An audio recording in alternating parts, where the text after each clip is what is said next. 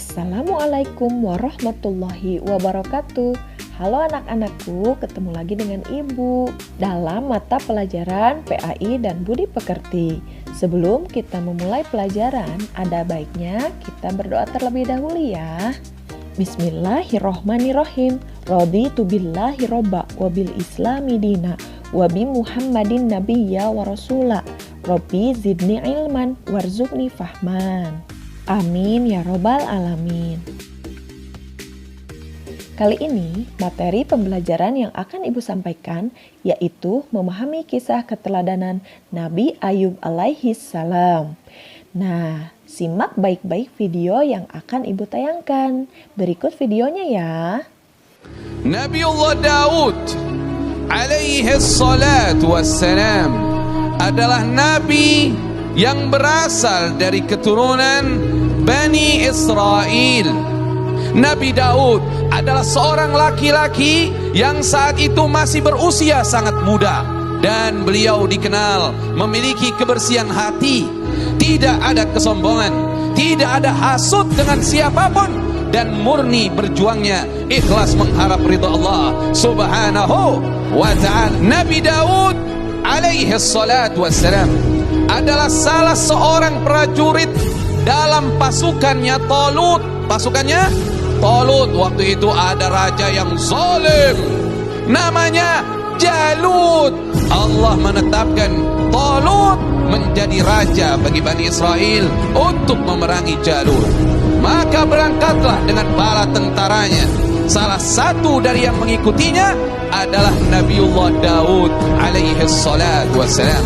Akhirnya singkat kisah, sebelum peperangan, saat itu Talut sebagai raja Bani Israel mengatakan, siapa yang bisa membunuh Jalut, maka aku akan nikahkan dengan salah satu putriku. Ya salam.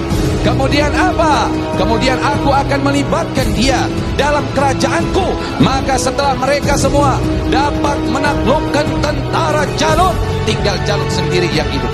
Akhirnya maju saat itu Nabi Daud. Maka Jalut merasa terhina. Kamu anak kecil, kamu masih muda, bukan tandingan saya malas membunuhmu.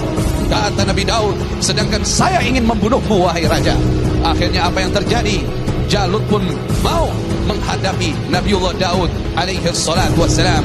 Di dalam kabarnya bahwasannya salah satu senjata Nabi Daud ketika itu adalah semacam ketapel dengan petunjuk Allah. Maka 3 kali lemparan batu dengan ketapel itu, maka akhirnya Jalut terbunuh dengan Nabiullah Daud alaihi salatu wassalam. Ya salam.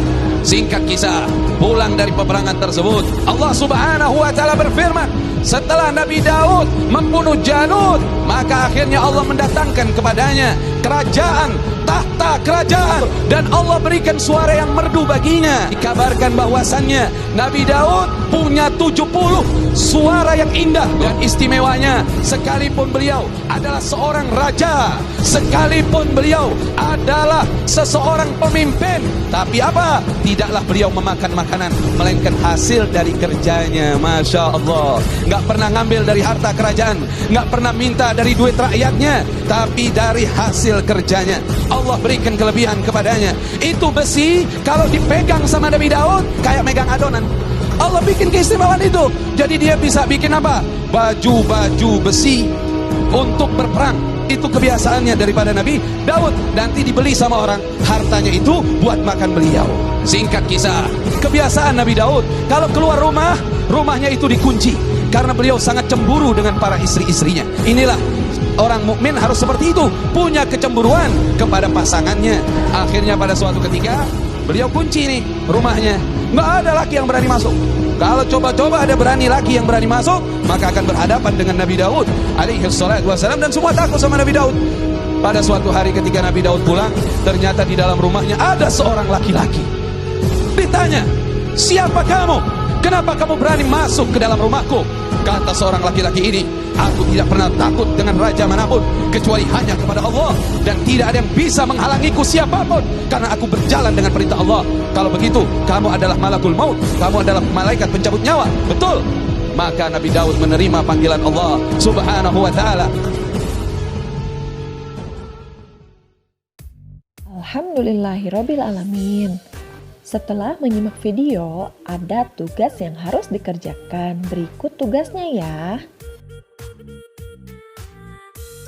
Setelah selesai mengerjakan tugas, ada baiknya kita berdoa setelah belajar. Bismillahirrohmanirrohim. Allahumma anfa'na bima 'allamtana wa 'allimna alladzi yanfa'una wa zidna ilman. Amin ya robbal alamin. Terima kasih atas perhatiannya. Billahi taufik wal hidayah. Jazakumullahu khairan katsiran. Wassalamualaikum warahmatullahi wabarakatuh.